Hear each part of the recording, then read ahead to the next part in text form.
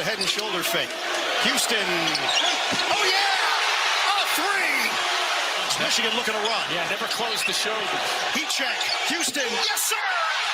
A three! Might be time to talk it over.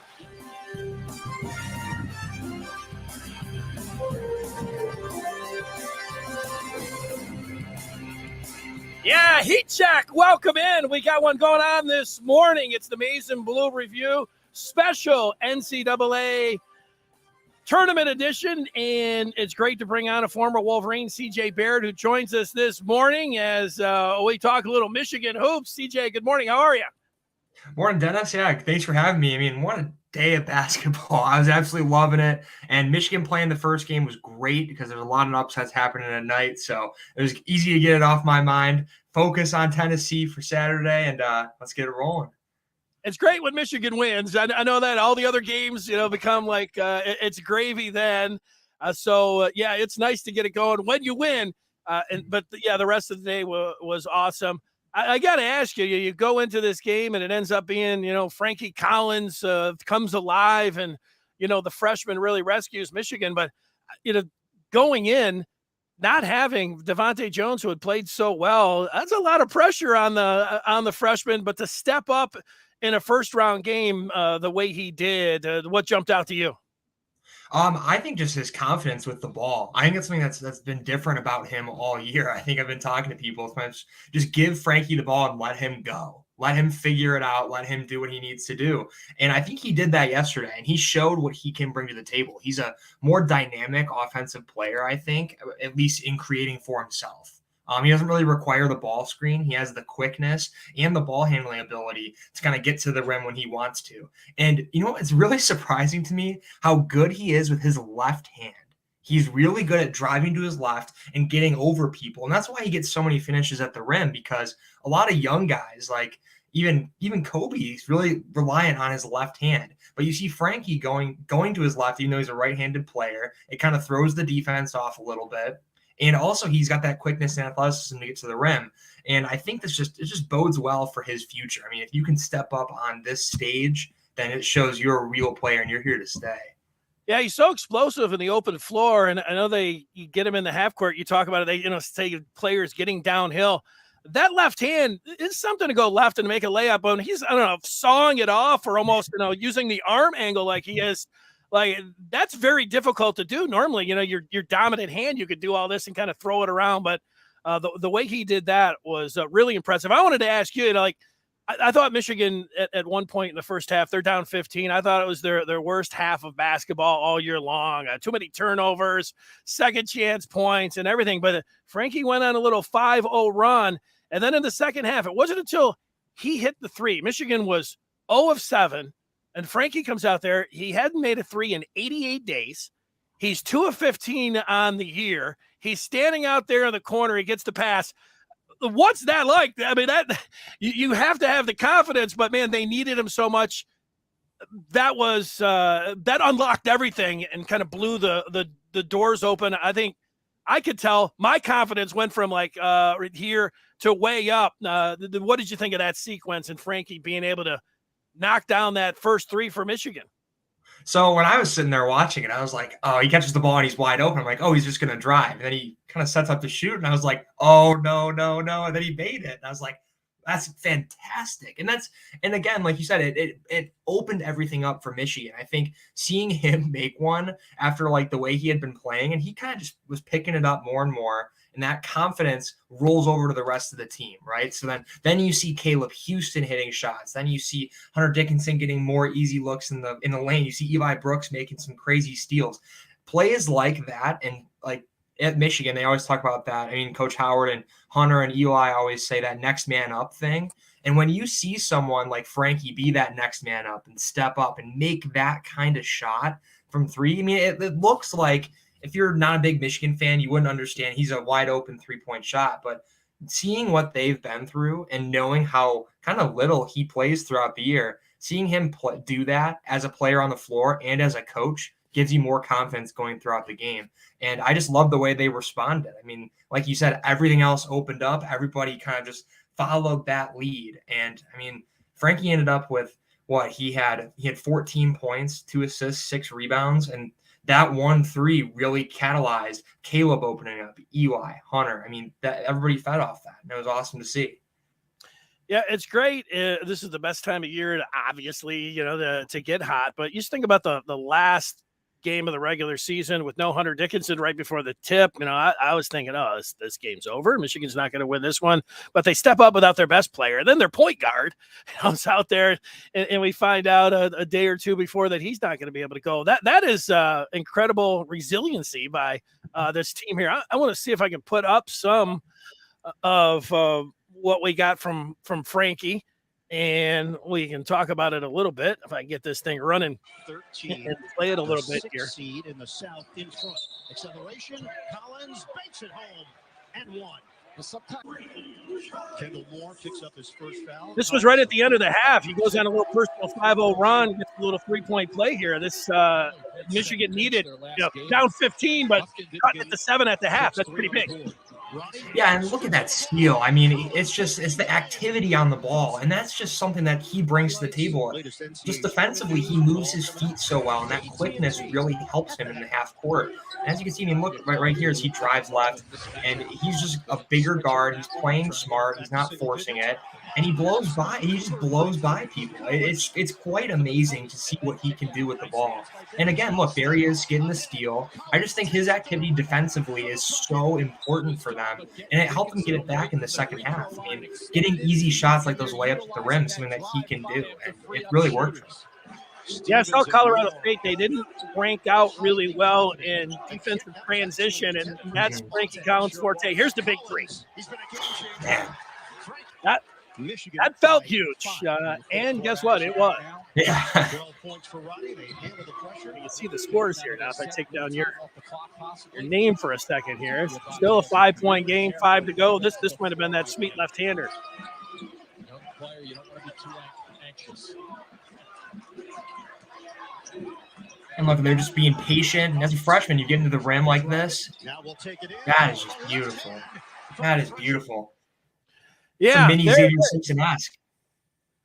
What about, there's a thing in sports, and we talked about Michigan being able to do it and for one game without Hunter Dickinson, then they do it for a game without Devontae Jones. And we see that in sports, the pros and college, where one game and you can make up for even one of your most important players. After that, things kind of come back and water finds its level or whatever else. But how confident you think should Michigan fans be if it is Frankie Collins? Hopefully Devontae Jones it clears concussion protocols, and maybe we won't know until tomorrow if he gets that green light or not. But how confident can Michigan fans be with Frankie Collins now running the point if he has to go without Jones?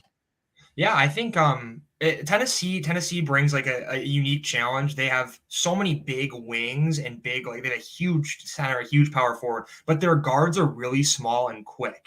And I think having the defensive quickness that Frankie has, if Devontae can't go, I think he matches up very, very well because he has the quickness that these shorter guys in Tennessee have, but he also has the athleticism and explosiveness at his size. So I really feel confident that he can be a disruptor against that Tennessee offense. And I think the one thing that he's going to need to do is, I guess, like I said, get those steals, get those easy open looks at the rim. And once again, like we were talking about, if he brings that sort of energy, you kind of just let him go, let him do what he needs to do. It really can swing a game like that, and it puts all the pressure on Tennessee. So I really think Michigan fans can feel comfortable with either option. Obviously, if both of them are there, that's ideal. I actually think Frankie has earned himself more minutes as an off guard, maybe giving Eli Brooks a little more time to – I mean, Eli's been playing 36, 40 minutes for most of the second half of the season. And I think giving him a little more of a rest may be necessary if they want to jump, but we'll see. We'll see what they do. Well, and the one thing about Michigan, it would be great to get Devontae Jones back and be able to spell Eli like you're talking about. Michigan has not put it all together in one game. They don't get great production from their bench. And with Tennessee, you're going to think that they're going to need a little bit from the bench and a little bit of Caleb Houston, not just that, little spurt that he had, but maybe more consistent. But and it's all there for them. What do you think of Michigan's chances here against the Vols. We get not 24 hours. The game's going to be at 5:15 tomorrow, but we're getting close. Yeah, I think again, it's NCAA tournament. Anybody has a shot, and I think we were talking a little bit about this off the air. This one day in between games really is a lot of pressure on the coaching staff, and I think what Michigan does a really good job of, and obviously I was a part of this, so I saw what they did. So what would happen is they'd have somebody that would scout the first game. So one of the coaching staff scouted Colorado State. And then the other two assistant coaches, one would look at Tennessee, the other one would do film on Longwood. So then whatever team won, somebody already had something prepared and ready to go for the day. So I'm assuming what they're doing today is they're going to have a little light shoot around, probably walk through some of Tennessee's major sets.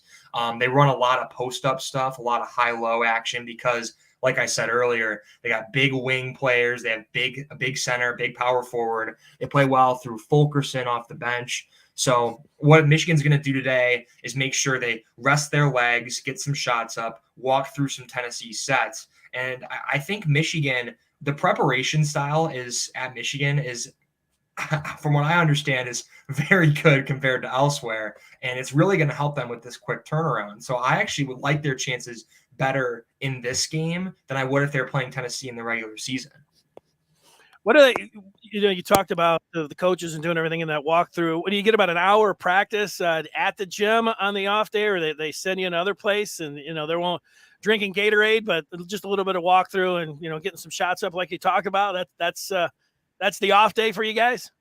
Yeah, it depends on the day. I think an NCAA tournament is more, Coach Howard is really big on kind of getting in that mindset. So he actually, it's not even like Coach Beeline sometimes would just have you walk around in like street clothes. Coach Howard's like, put your practice jersey on, put your shorts on, put your shoes on, get a couple shots up, get in that game mindset so you can kind of visualize, okay, this is what's going to happen in the game. I'm in my jersey, I'm all dressed. Let's work on like I'm going to be in the game. So it's not at the same speed, like I said before. It's kind of just like a walkthrough, figuring it out. But he's all about getting you in the right mindset. And going up against a great team like Tennessee is he's probably going to be firing these guys up. I mean, he wants them to be ready and visualize their success for tomorrow. Let me give you I've got up on the screen here Michigan's last 4 NCAA tournaments, and they went to the Sweet 16 in all of them. So with a win tomorrow, that would be 5 Sweet 16s for the Wolverines. That's impressive. I think only Gonzaga is right there with them in terms of being able to get to the Sweet 16 like that. And you were involved in most of these. The first one was Derek Walton Jr. coming up short against Oregon there, the final. But how about a word on some of these? The Houston game that was on a St. Patrick's Day, and I was sitting at a bar and it was packed, but there wasn't a word said really through most of the game. It was quiet. It looked like Michigan was going to win that game or lose that game until the last second. And it was like the cork popped out of a champagne bottle. People started running around screaming. And it touched off a huge celebration. What do you remember about that run? That run was so unique, and I think it was we went in kind of underrated as a 3 seed. I remember us going in there. We had just won the Big Ten tournament, kind of on an off year for the Big Ten, and we had like the Madison Square Garden. We had a whole week off before this tournament started, so we actually came out against Montana and started a little slow. And that kind of scared me a little bit because I was like, I had seen Houston before the Montana game. I had seen them play San Diego State. Rob Gray, guy with a little bun on his head, it was a phenomenal player. He had the bun. And we were like, oh, who's this guy? And he scores 35 against San Diego State. And I was like, oh boy, look out for this man. But I think when we started against Montana, I got a little nervous. I was like, oh man, we're not playing so well early on. Then we started to find our rhythm. And then same thing with Houston, like we found our rhythm, thank goodness, at the right time at the end of the game, but we were just kind of off a little bit throughout the rest of that game. And it really hit stride like near the end. That play that Coach Beeline ran, hitting Muhammad with Isaiah's pass. I mean, we always practice with Isaiah throwing the long passes with his one arm. And just the trust in the effort we put into it. I mean, I think I said this to the media one time. That was my freshman year in 2018. Jordan Poole actually made a very, very similar shot in practice the week prior. So he was in a scrimmage and he made a shot that was maybe a little closer, but it was like in the same area to win on a buzzer beater in the scrimmage. So like it was so crazy to see him do that in the game. It was like, I've already seen this in practice. I know what he can bring to the table, and he just stepped up and was so big time in that shot. And then that just pushed us to Texas A&M, blew them out. Florida State was tougher, but I felt like we were in control. And then once you get to the Final Four, man, stepping out on the floor with like leaders like Duncan Robinson, Muhammad Ali, Mo Wagner. I mean, I just felt confident even when we were down against Loyola. I was like, we got this game. And of course, losing to Villanova was tough, but I honestly believe Villanova might have been the best team in my 4 years that we had played against. Yeah, they were awesome. What about the Sister Jean factor? That's going to happen today for the Buckeyes. And like that, the media, you talk about the media, just everybody obsessed about that. Sister Jean's still going. She's out there, rooting on, her team today against Ohio State. So did you get close to Sister Jean at all? Just see her in person? So I did not actually, but Jordan Poole did. Jordan Poole saw her at the Final Four and actually like introduced himself and shook her hand and said hello. And I think that's a really cool thing about March Madness. You get these stories. It brings out so many different things about like smaller schools. You see teams that don't really get the exposure that they might not usually get. And I think with Loyola and that run, Sister Jean became a star. And they've made it for like the next 4 years too. It's unbelievable. Yeah, and Michigan was you guys 1 seed last year, so that's a lot of pressure. And you just think about that going in that second round. That LSU game was an awesome game. The Florida State game. The one thing about and I can sit around talking with you all day. Brandon Johns Jr. played so well against Florida State. He just came alive, and that's why there was so much optimism with him. And that gets to the point about we've seen Terrence Williams in flashes, and we've seen Johns, last year. I know Michigan's an 11 seed, though. Somehow they find a way to get all of these guys. They haven't played their best basketball, I think, is the point here for Michigan fans to remember. Can they put it all together? We're ready to find out tomorrow, right? Yeah, I think it's going to be interesting to see, and I really do hope, like you talked about, Brandon Johns, he has that potential. It's all about the mindset. It's all about not trying to do too much. It's about playing your role. And I think the reason he was so successful in last year's NCAA tournament, and the reason the bench players can be really successful, is getting offensive rebounds, playing solid defense, and making your free throws. Brandon Johns had so many points in these games last year just because he got to the free throw line. It wasn't like he was knocking down deep threes or anything. It was because he did what he needed to do for them to win. And the bench, it's going to be key against Tennessee. Tennessee's a deep team. They're a big team. They're physical, and they're going to push you around. And those power forward players and small forward and like Frankie Collins, hopefully if we have Devontae back, but they need to be physical. They need to play their role well, not try to do too much in this kind of game. And if they just play solid, it puts all the pressure on Tennessee. Tennessee's expected to win this game.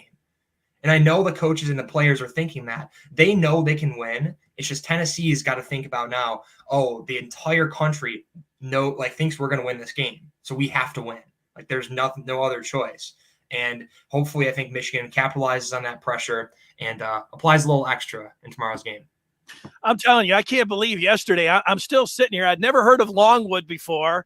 And St. Peter's, I'm not the Peacocks. I'm still shocked. Like, I don't think if they played Kentucky 25 times, I don't think, maybe this was the one that they would win. Yeah. And, they did it, which is incredible. I wanted to ask you, I was a little bit surprised because I have been following them, but Catholic Central, CC, is still alive in the States. And my best friend growing up, his son is a senior, Jackson Collins, number 23.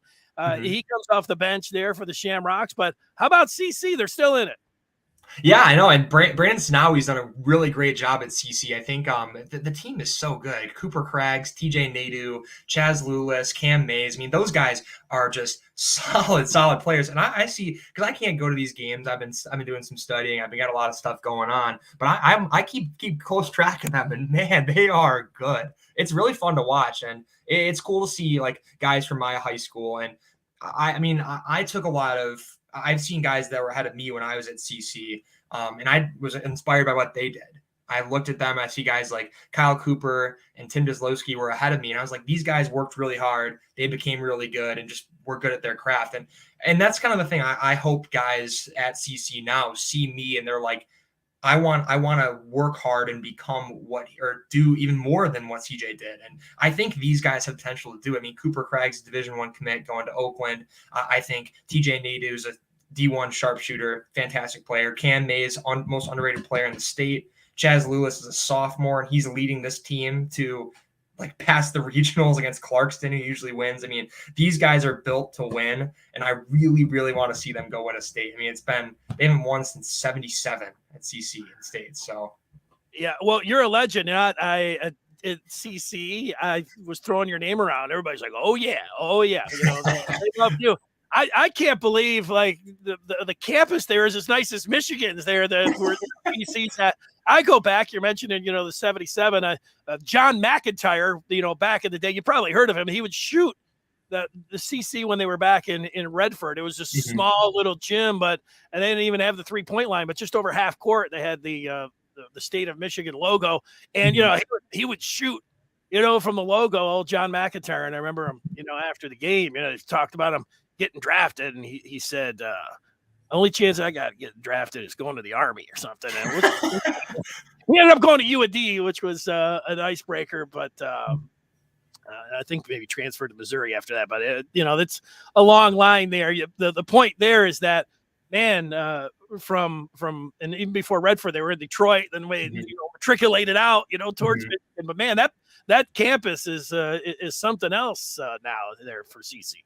Yeah, it's beautiful. And I think it's great that I think graduates, people that have been through there really like go back and donate to it. And I think that's something that's important for people to know. Like, I mean, I got a lot out of CC. It really helped me become who I am at Michigan. And I got a lot out of Michigan. I think giving back to those that really help shape you at those ages is really important. And I think people that went to CC recognize that. And I think once I get my full-time job all started, I'll be able to hopefully donate a little bit more. But I mean, that place was great to me, and it's a beautiful area. Well, the last thing for you here, like you mentioned, anything can happen now that we've seen it. We saw it yesterday with these Peacocks that we never heard of, and Michigan just a 6-point underdog, so it can be done. But what do you're so busy. It's pretty easy for me. I can just tell everybody, hey, you just got to pace yourself. You got 12 hours yesterday, 12 today. You got the same thing over the weekend here. This is, 48 hours of basketball, but, you have other things going on. Like you're not just, you got to study. How do you fit it all in as somebody that's trying to keep your eye on the prize here? How's that go?